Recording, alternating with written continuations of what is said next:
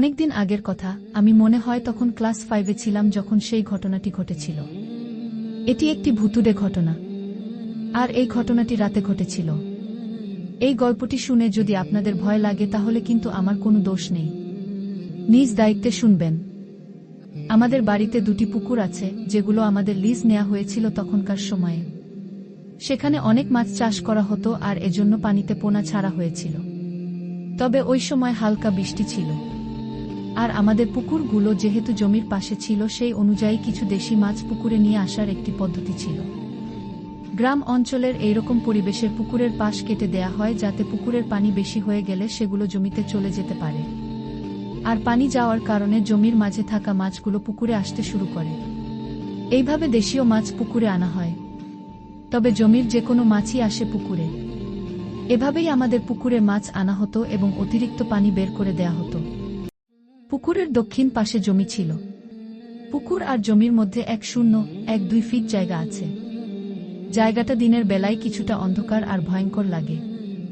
এর কারণ হচ্ছে সেখানে জমির পাশে একটি বাঁশের ঝোপ রয়েছে। আর তার পূর্ব পাশেই রয়েছে কবরস্থান। এর মাঝামাঝিতে বিশাল আকারের তেঁতুল গাছ আছে, যার কারণে জায়গাটা এমনিতেই কিছুটা ভয়ঙ্কর লাগে। আর রাত্রিবেলা তো আরও বেশি ভয়ঙ্কর লাগে। দক্ষিণা বাতাস গায়ে লাগলেও যেন ভারী লাগে ওই জায়গায়। আর এখানে পুকুর আর জমির মাঝে লম্বা করে ড্রেন এর মতো কাটা হয়েছে পানি বাইরে নেয়া এবং মাছ পুকুরে নিয়ে আসার জন্য। তবে পুকুরের অংশে পথ বন্ধ করার উপায় রাখা হয়। যাই হোক, সন্ধ্যা বেলায় আব্বু আর আমার এক কাকা গিয়ে পুকুরের পথ খুলে পানি বের হওয়ার জায়গা করে দিয়েছিল। কারণ সেদিন কিছুটা বৃষ্টি হয়েছিল। রাত 1-1টার দিকে পানির পথ বন্ধ করার জন্য আব্বু যাচ্ছিল একা। তখন আমি বললাম আমিও যাব আজকে। আর যেহেতু আব্বু মাঝে মধ্যে সেখান থেকে কিছু মাছ নিয়ে আসতো সন্ধ্যায়, সেই হিসেবে আমি ভাবলাম আমিও দেখব কিভাবে মাছগুলো ধরে। যাই হোক, আমি গেলাম আব্বুর সাথে। প্রথমে পুকুরের সিঁড়িতে দেখলাম কিছু কুচো চিংড়ি পাশে বসে আছে। আমি খুব সাবধানে হাত দিয়ে কয়েকটা ধরে ফেললাম। তখন আব্বু বলল ছেড়ে দিতে, তাই দিলাম। সেখানে যাওয়ার পরে আমি লাইট ধরে দাঁড়িয়ে আছি।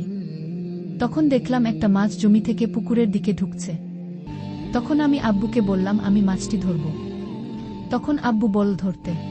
এটি যখন পুকুরের কাছাকাছি চলে আসে এবং জালে আটকে গেল, তখন আমি মাছটি ধরে ফেললাম। 2 মিনিটের মতো এটি হাতে ধরে রেখেছিলাম। মাছটি নিয়ে আমি পানি থেকে অনেকটা দূরে দাঁড়িয়েছিলাম, যাতে মাছ পানিতে না পড়ে। তখন আব্বুর হাতে লাইট ছিল। হঠাৎ করে মাছটি আমার হাত থেকে পিছলে মাটিতে পড়ে যায়, কিন্তু পানিতে পড়েনি।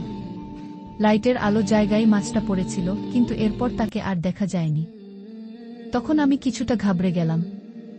বারবার এদিক সেদিক খুঁজতে থাকলাম। তখন আব্বু বুঝতে পেরেছিল। কারণ তখন যেন হঠাৎ করেই চারদিকে খুব জোরে বাতাস শুরু হলো। কিন্তু তখন বাঁশের ঝোপ ছাড়া আর কিছুই নড়ছে না। আর এই দেখে আব্বু আমার হাত ধরে সোজা হাঁটা দিল, কিছুই বলল না। আমি আব্বুকে অনেকবার জিজ্ঞেস করলাম কেন চলে যাচ্ছি, মাছটা তো পাইনি। আব্বু কিছুই বলেনি, শুধু বাড়ির সামনে এসে বলল মাছ পানিতে চলে গেছে। তখন থেকেই আমার মনে খটকা লেগে আছে, আব্বু এমন কেন করল। আমার মনেও কিছুটা ভয় ছিল সেই পরিস্থিতির কথা ভেবে। মাঝে মাঝে তখন মনে হতো হয়তো অন্য কিছু। সত্যি এটি মাছ ছিল না, কারণ এরকম আরও অনেক ঘটনা আমার আব্বুর সাথেই ঘটে গিয়েছিল। আমাকে কিছুই জানায়নি তৎক্ষণাৎ। ঘরে এসেও জিজ্ঞেস করলাম, আব্বু বলল এটি পানিতে চলে গিয়েছে, তাই দেখতে পাচ্ছি না। কিন্তু সত্যি বলতে অনেক খোঁজাখুঁজি করেছিলাম। তারপর ঘুমাতে গেলাম। যদিও সবসময় আমি আর আমার ছোট ভাই আলাদা ঘুমাতাম, কিন্তু সেদিন আমি ভাইসহ আম্মু আর আব্বুর সাথে ঘুমিয়েছি। আব্বু নিজেই বলেছিল যে একসাথে ঘুমাতে, কারণ আব্বুর মনে কিছুটা ভয় ছিল। তার কয়েকদিন পর যখন হঠাৎ আমার ছোট ফুফু এলো, তখন এরকম কিছু ঘটনা বলতে লাগলো। তখন বুঝলাম মাছ রূপী অন্য কিছু আমার হাতে এসেছিল। আর এটা ভাবার সাথে সাথে আমার গায়ে যেন শিউরে উঠল।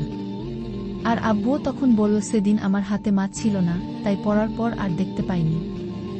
আসলে এটা কতটা সত্যি ছিল তা জানি না, তবে সেই রাতের কথা আমার প্রায় মনে পড়ে। ওই দিকে রাতের বেলা ভুলেও যাওয়া হয়নি আর কখনোই। তবে আমার মতে এইরকম ঘটনাগুলো গ্রামাঞ্চলে একটু বেশি ঘটে। আর এটা আমি শুনেছি যে মাছের সাথে মিলিয়ে এই ঘটনা অনেক হয়।